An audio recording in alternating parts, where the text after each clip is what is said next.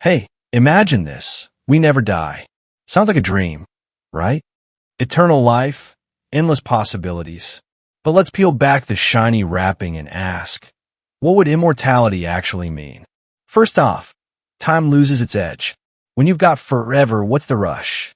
Deadlines, urgency, that fire under you to chase dreams. It all fizzles out.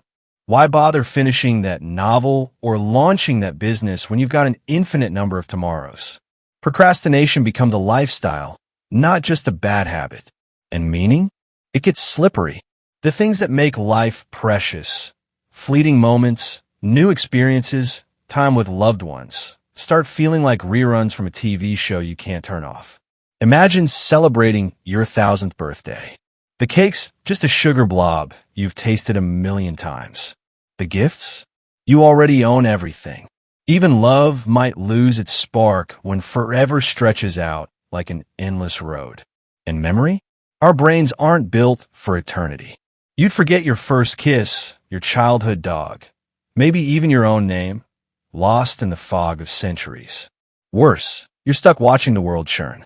Friends, family, entire civilizations come and go, while you remain a ghost in your own life. Immortality sounds like freedom, but it's really a cage with no walls. You're trapped in a story that never ends. And that lack of closure? It's suffocating. Nothing's at stake when death's off the table. So yeah, never dying might just suck the life out of living. Okay, let's dig deeper. If nobody ever dies, the world doesn't just stand still. It gets messy. Picture overpopulation on steroids. Earth's already creaking under 8 billion people, and now nobody's checking out? Resources like food, water, and space would dwindle fast. Cities would choke, forests would vanish, and you'd be elbowing your way through crowds forever. Forget privacy. You'd be lucky to find a square foot to call your own. And society? It'd stagnate. Old ideas, old leaders, old grudges, they'd stick around like bad house guests. Imagine the same politicians clinging to power for centuries. Ancient feuds dragging on forever because no one ever dies to stop them. Innovation would stall. Fresh voices? Drowned out by the immortal elite. Those who've had eons to hoard wealth, power, and influence. And you? You'd likely work the same job for decades, maybe centuries. Why change? Routine becomes a straitjacket. Even fun stuff, travel, hobbies, parties, turns into a checklist of been there, done that. Boredom becomes your new best friend, and not the cozy kind. Worse, you watch everyone you love age differently, or not at all, depending on who gets the immortality pill. Relationships would crack under the weight of eternity.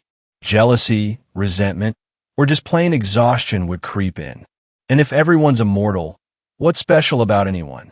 We lose our spark of individuality, just a sea of forever faces blending together. Never dying sounds like a party, but it's one where the music never stops and you can't leave the dance floor.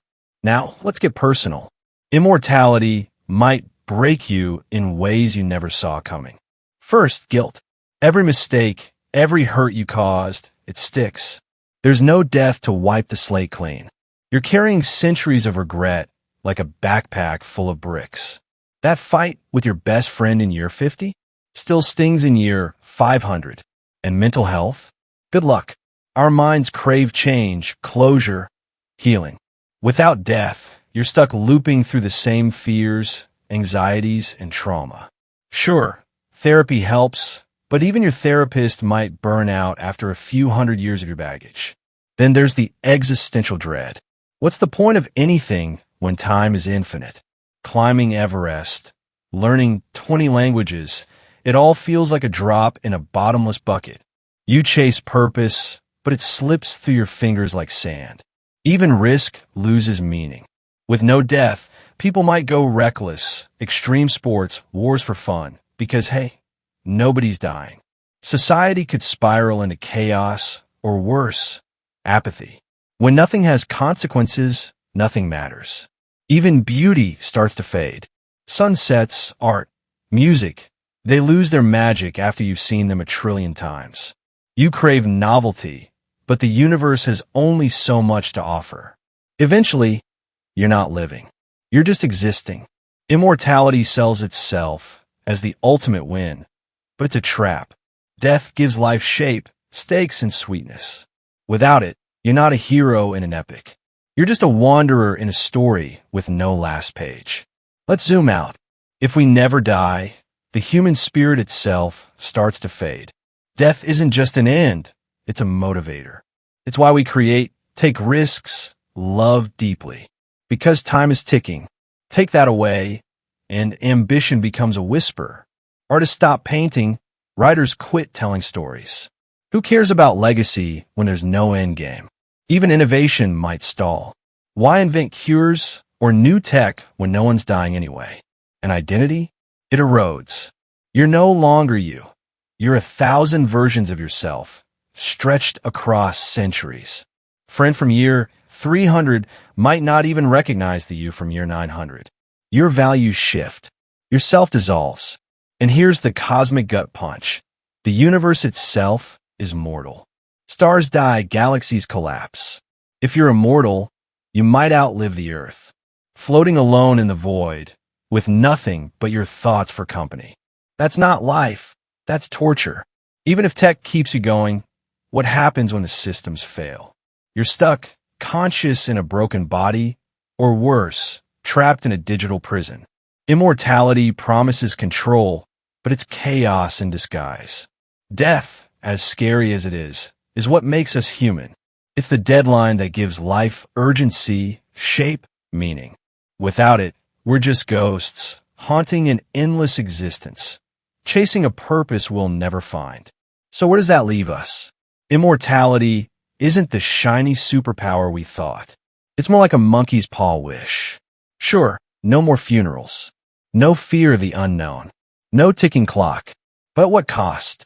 We trade away urgency, meaning, identity, connection. Life becomes a loop, not a journey.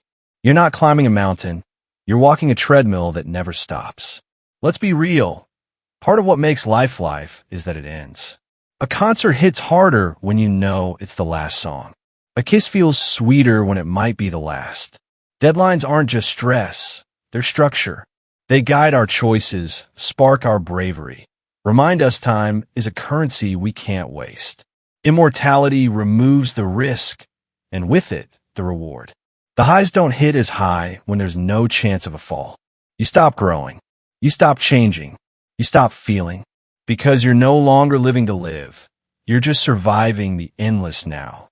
So maybe, just maybe, immortality isn't a curse. Maybe it's the feature, not the flaw.